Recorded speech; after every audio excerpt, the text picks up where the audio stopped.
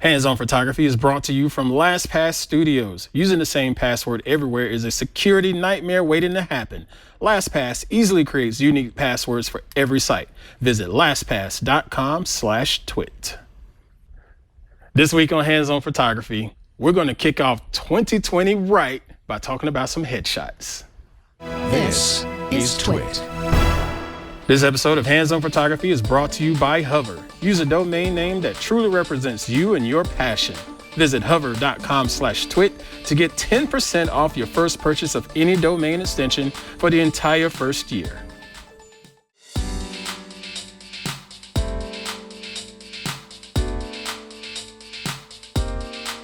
Hey folks, I am Pruitt. This is Hands-On Photography here on TWiT.tv, here at the beautiful LastPass Studios. Hope y'all are doing well. I'm unbelievable as always. This is the first episode here in the year 2020, and I couldn't be more excited. Trust me, y'all have no idea. I was so glad to get in here and get started and start sharing out some beautiful, awesome content for you all to help you become better photographers. Whether you're using a smartphone or a fancy smancy DSLR or what have you, we're just going to continue to share some content and some ideas that's going to help you get better and go through all of the basics and fundamentals, and then maybe get into a little bit of post-processing and stuff too. So if you haven't already, go ahead and hit the subscribe button in your favorite podcatcher of choice. And then when you're done with that, hit the share button, so everybody else knows what you're listening to and what you're watching. And so they know, hey, I might want to check out Hands-On Photography too. So pass that along and help us out here. That is twit.tv/hop if you're popping that up on your browser, or just search for Hands-On Photography in your favorite podcatcher of choice. Thank you again. Now, this week we're going to do another series, if you will. So this is going to be a two-part series as far as what we're going to discuss tutorial wise, but I also want to do some feedback because, hey, I keep asking for emails and y'all keep sending them. So, hey, I'm going to go ahead and jump on into those emails and share my thoughts on them and critique them if you want me to critique them, because everybody don't like to get criticized. I've learned that the hard way a time or two. So we'll go ahead and pop open to my screen here. I got an email from Mr. Dan Mutal. I hope I'm saying your name properly, Dan. If not, I know I can pronounce Scruffy Dan as shown on the Twitterverse. So follow Dan on Twitter. That's Scruffy Dan on Twitter. Apparently, Dan has been an amateur photographer and has been shooting for a little while and got interested when he saw his dad's old Pentax Spotomatic camera. Boy, that's old school. I love it. And he sent over a bunch of shots that he captured with his Olympus OM-D Mark I and Mark II using various lenses. I got to show you these because Dan knows what's up. This man can shoot. So let's take a look at this first one here. Beautiful owl. I believe he said he shot this with the 70-200. And what I love about this is the clarity on it, where he was able to freeze the action of this owl flying. And I know this has to be a telephoto lens because if you look at this background, look at how it's beautifully compressed and blurring out there, totally isolating this owl that I would not ever mess with. Those birds just look wicked. I don't know if I trust an owl. As wise as they are, I bet they are pretty bad and rough. But that's a beautiful shot. But he also sent another bird image in right here. And in his email, he mentioned how he's been going over to this observatory and checking out the different birds and getting pretty close to these birds, close enough to where they'll eat out of his hands and they're not getting spooked by him with his camera. So he's baiting them just a touch with some seed or whatever. And they come over there and he snaps a photo. And this is absolutely beautiful. Let me show you. I'm just going to zoom in. Look at how clear this is. Excellent detail. So you know he used a super fast shutter speed. 1/250th of a second as shown right here. Great color, great detail, all the way down to the eye detail. So Scruffy Dan, man, you get kudos for that. Thank you for sending that in. Oh wait a minute, you did have one more, sorry. This one, This one reminded me of a recent photo that I did here in Northern California. He battled with this one a little bit because of the sea mist and the sea haze that comes from when you're standing around this much water, and all of the salt and mist is just flying around, and it will try to destroy your lenses and your cameras. So this is not an easy shot to get, let alone being able to get it such a wide, beautiful panoramic view and withstand all of the elements around you. Great job on this one. My only nitpick, I want to give it a little more exposure just to brighten it up some, like so here. I'm hitting my exposure slider. Okay. And then I'll take the highlights down just a touch. So that way we can get a little more detail shown in the water. Nicely done. And yes, I'm going to check on my pet peeve, that horizon line.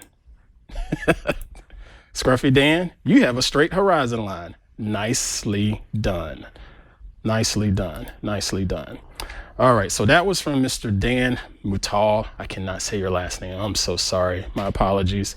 So thank you for sending that in. And we have another email. This one comes from a friend of mine that I've met a couple years ago online, and even had some meetups back in Carolina. And she's been very supportive of TWiT and all of the shows here on TWiT, as well as being supportive of me. And she sent in some photos. Let me pull up her email here. This is from Miss Tanya Wyman. You can follow her on Twitter with the same handle, Tanya Wyman. All right, so she opens it up and says, hey, look, I don't consider myself a photographer. I'm, pretty clueless as a photographer, but that's okay. What matters is she's enjoying the procedure and the process of getting out there and shooting and taking in everything that we've been sharing here on Hop as far as tips and tricks, and it's making it a much more enjoyable process for her. So I appreciate that she's watching, and I appreciate that what we're sharing here has been helpful for her. And she sent me a couple of shots. One is a street view here. Let me see what this is. We'll pop back over there. The Grayland, Ireland Church. And now she mentioned that she thought it could use a little bit more of a crop. This was taken at about 11 p.m. at night, and this is magnificent because if it's that late at night, look at how bright this sky is at this time of night. Outstanding work. Post-processing standpoint, she mentioned the cropping. I don't know if I would crop this one. I would rotate it just a touch because the horizon is just slightly crooked, like so. So that's a little bit better. If I were to crop it though, Tanya, let's just get rid of that building over there, see if that helps. And then cut the sky just a touch, because the sky tells a really, really great story. So we don't want to take too much of it out. Yeah, I think that looks a little bit better. I'm not going to say I totally improved it, but if it were just a little bit of an effort, that's what I would do. So this is the before version. Well, before didn't work. Oh well, before didn't want to work in Lightroom. It's been wonky this afternoon. But anyway, yeah, this crop does make it just a little bit better, and it gives you a much better horizon line. Great composition. The way the clouds are sort of giving you that zoom effect, it makes you bullseye right into the steeple of this building. So don't touch anything else on this one, Tanya. I really like this shot. And her last shot she sent in, she boasts about it being a nice food photography shot. And to an extent, I have to agree with her. If you look at food photography, you tend to see a lot of hard lighting in food photography, and it's usually directional. It's usually coming from one side. In this instance, the lighting is coming from the bottom, because you notice all of the shadows are on the upper side of the frame, and it's really, really bright on everything else within this image. My only problem, and this is something that it takes a lot of practice to catch, look right here. She cut off the cheese. Don't cut the cheese. Don't cut the cheese, Tanya. But that's something you probably would catch that later after, practicing shooting food shots like this or shooting overhead shots like that. Overhead shots can be pretty tricky because of the way you're holding your camera, and you have a hard time taking a look at your viewfinder, whether it's your smartphone or whether it's a camera body that you bought. It's not always easy to get these overhead shots, but that was the first thing that I noticed was, she cut the cheese a little too early on us here. So, rim shot, I know, bad pun, dad joke, whatever you want to call it. From a post-processing standpoint, again, I'm going to give it a little more exposure and I'm going to give it a little more contrast because we have that hard light. Let's take advantage of that hard light and give it a little more oomph, if you will. Like so. There we go. And I wanted to rotate it some, but by doing so, unfortunately, it continues to cut that piece of the cheese off a little more, but you get the idea. Good stuff, Miss Tanya. I really do appreciate you sending that in and continuing to support TWiT and continuing to support me. Your friendship has meant a lot. Shout out to you. Thanks so much. I have a question on the Sure. The street, What's the question, the Mr. street Victor? shot. Mm-hmm. So if you go back to the street shot, Okay. And I'm only bringing this up because over the break I went to San Francisco and was taking some street photography and stuff. I shot downtown too, a little bit. How do you feel about the little stoplight in the corner? Yeah, I wasn't going to go there, but yeah. Yeah. Only because I brought it up when my kids were also taking pictures, and I was like, okay, let's try to get that stoplight. Got to get it out of there. You got to get it out of there. You know, right. I wasn't going to go there. Ideally, I would have kept this same crop right here, and instead of cropping that out, I would just use Photoshop and just try to get rid of it. Lightroom will give me a little bit of that functionality here with its heel brush, like what I'm getting ready to do now. So I'll just brush down like that, let it think, and boom, it got rid of it. Oh, nice. Gives it a little weird artifacting, but let's do it that way. See, that's a lot better. Yeah. So yeah, I totally get you when it comes to having distractions in your image that don't necessarily add to the image. You know, we talked about that a little bit in the first 2 episodes or so of It's like cutting off at the knee. Yeah, right. Yeah, and little things like that, the more you shoot, you'll start to catch up and notice little things like that, saying, I probably need to step a little bit closer, or I probably need to tilt this way, or just frame it up differently. That comes with practice, and it comes with a lot of practice. And like what Mr. Victor said, little nuanced things as far as like how you shoot people. You know, some people will just only shoot from the torso up, and that's great. And you got some people that'll shoot from the waist up, and that's okay. Then you got people that like to cut feet off in images, and that looks a little weird. So don't do that. But again, you'll figure all of that stuff out in due time with just spending lots and a lot more time with your camera, getting out and about, and just shooting different subjects that are out there. And it's still a great shot, by the way. Yeah, it's pretty. Tanya, you nailed it. You nailed it. Very nice. And it also helps when Mother Nature gives you a nice, good starting point. Mm-hmm. Yeah. It gives it a little bit of an advantage there. I got to give you that. Good stuff. Good stuff. All right, before we get into this week's actual subject matter in our little 2-part series, we're just going to take a few seconds to thank this week's sponsor of Hands-On Photography. This episode of Hands-On Photography is brought to you by Hover. Hover is a jumping off point for many entrepreneurs, and they want you to start your business with a domain name that truly showcases who you are. They have over 300 domain name extensions to choose from, and no matter what you want to build, there's a domain name waiting for it. Visit hover.com/twit to get 10% off your first purchase of any domain extension for the entire first year. That's hover.com/twit.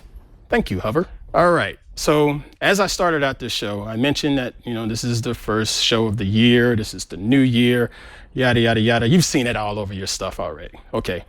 But what does that mean? From a photographer's standpoint, I always think about the first of the year being headshot season.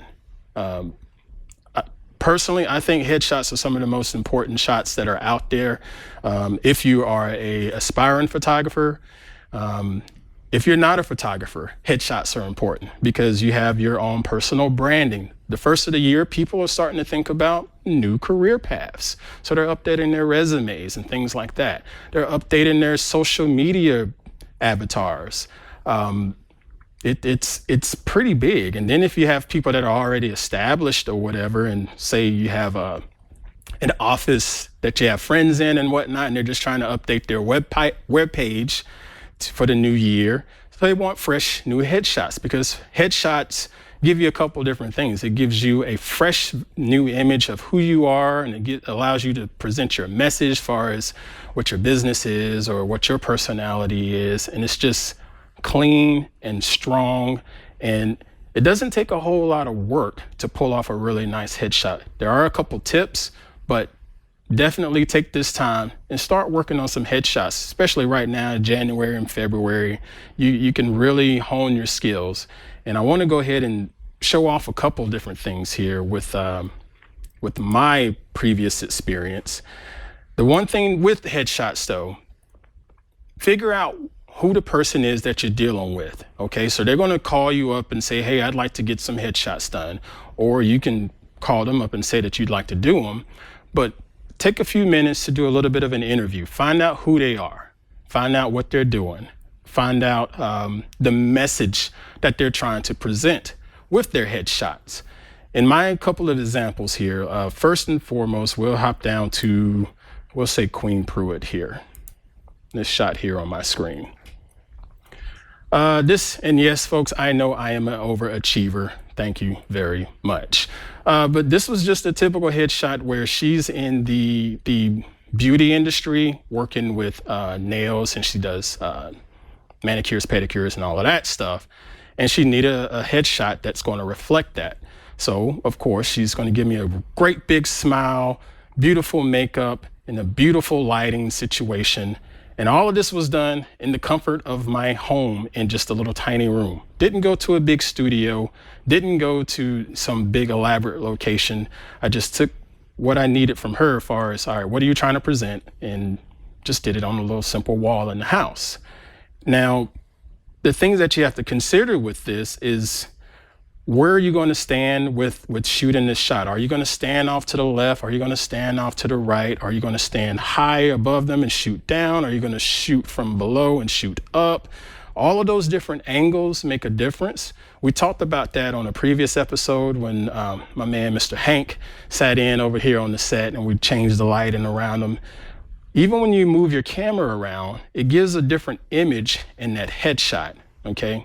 Now, speaking of the camera, yes, you can use a smartphone. I've done that. I've shot paid gigs for headshots using my old Pixel because it works. I had to think about where that was going. I didn't want it to be used on a billboard, like a large print, but images coming off of that Pixel is going to work just fine on a web page. It's going to work just fine on their social media handles. And it's going to work just fine in an 8x10 if they needed to print out like a comp card or something like that. So keep in mind that you can use whatever camera you want, but understand the different capabilities. Now, right here beside me, I have a couple of different lenses for different purposes. So my DSLR, it came with what they call a kit lens. And just about any camera that you buy today, it will come with a quote unquote kit lens. This lens usually isn't the best for all things, but it's enough to get by, if you will. You can still shoot headshots with this particular lens. This is a 24 to 105 millimeter with an f4.0 aperture. Good enough, but it's not necessarily the best, in my opinion. You're going to find some people in a camp that says, you know what?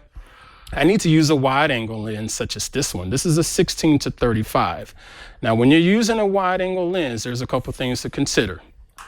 First and foremost, if you're standing far back, it's shooting a wide area, not just your subject. It's shooting everything around them. So if you have a wide angle, such as the 16 to 35, you're going to want to step a little bit closer. But there's a catch to that. because it's a wide angle lens, you're going to get some distortion in your image. So your image will start to bow a little bit. You'll start to notice that the subject's cheeks will sort of puff up just a little bit. And it's nothing that you did. It's nothing that they did. It's just the physics in the wide angle lens. So understand when you're looking through the viewfinder, all right, what is going on as I stand 2 steps closer versus 2 steps away, and up or down, and so on and so forth. People like to use that 35 millimeter for portraits nowadays. It's really, really popular. And yes, chat room, puffy cheeks can be a horror in some of these shots. But it depends. Some people like to use the 35 millimeter. I don't think I want to go any wider than that if I'm shooting portraits, just because of the way those lenses tend to distort. Even this 24-105, it's not as a wide angle as this particular 16-35, but it still has a little bit of distortion when I want to shoot anywhere between 24 and 35 millimeters. Now, moving on, so let's get this wide angle out of the way. We'll get more into telephoto lenses. Now, I highly recommend, if you can get a telephoto lens, get something that's prime, such as this 85 millimeter. This 85 millimeter is prime. It doesn't move to any other focal length. And that also means that you can get a much higher aperture rating on it, so you can get in a lot more light. I believe this one is rated at f1.8. So if you were to set it to an f1.8 aperture, you're going to get some super duper bokeh in the background. It'll blur them out and just, it'll look really, really pretty and creamy. And the difference is when you're standing, say, not at necessarily where you were standing with that 16-35, you need to back up just a little bit. But instead of getting all of that bowing and distortion that you would get from that wide angle lens, this telephoto lens will start to compress it down, and it'll start to look a little bit more natural. I really, really enjoy shooting with an 85 for headshots and portraiture. But there are other people that really like something like this one here, the 70-200.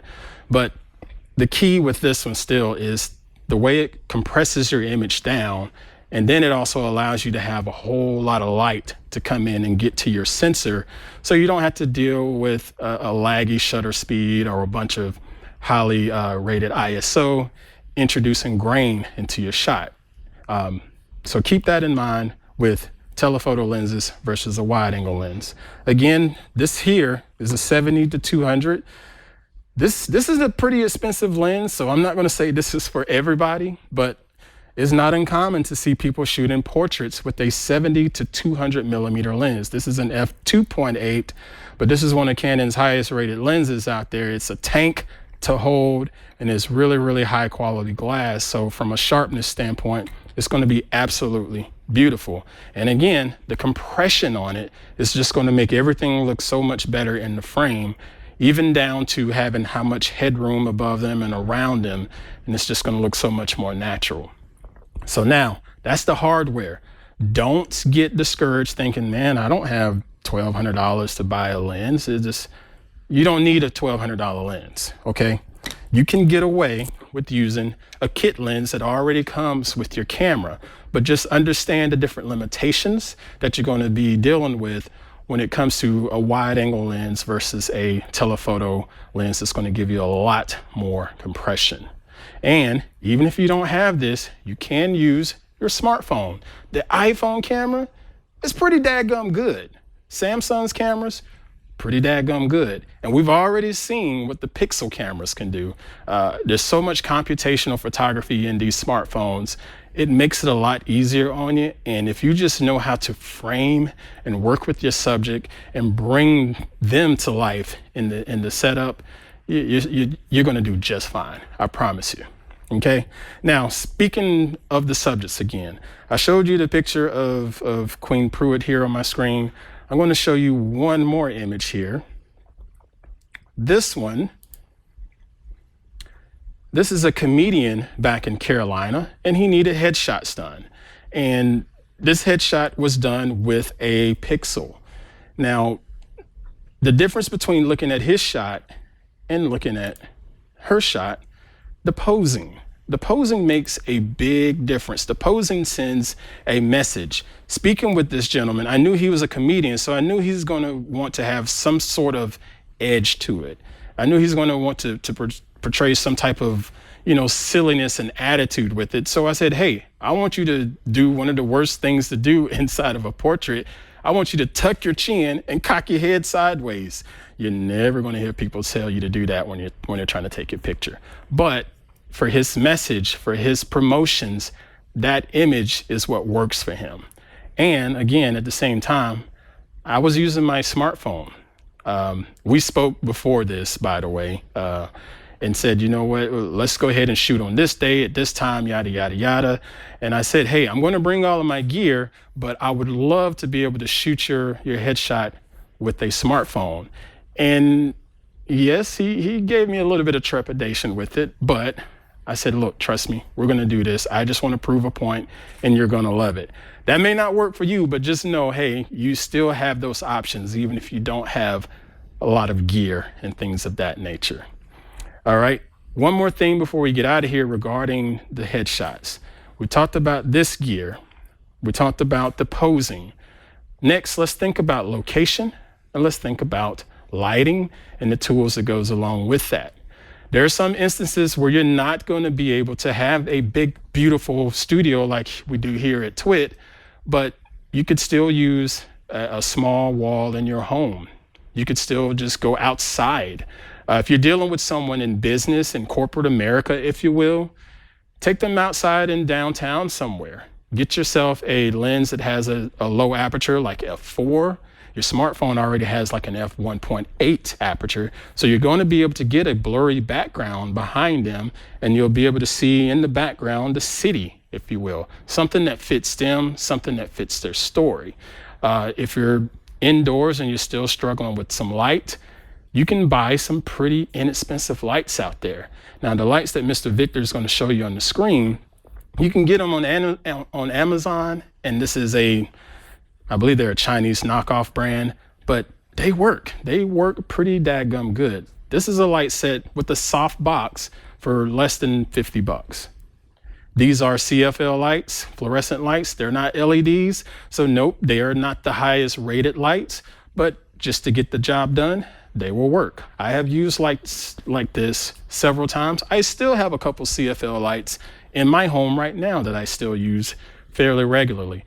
Some people are going to say, hey, don't use these lights because they don't have the proper color temperature and they're not properly rated for daylight calibration and they look too warm or they don't look cool enough or things like that.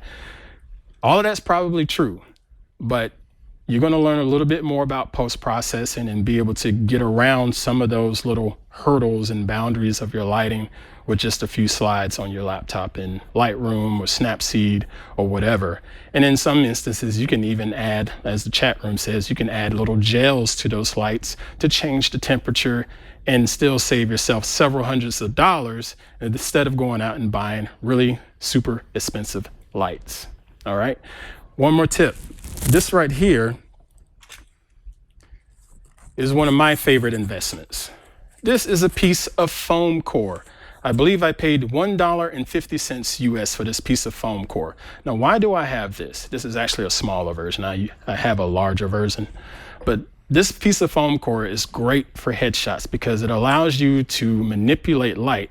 If you can put this next to my face, you'll see that it bounces the light here a little bit more so I don't have a shadow on my face.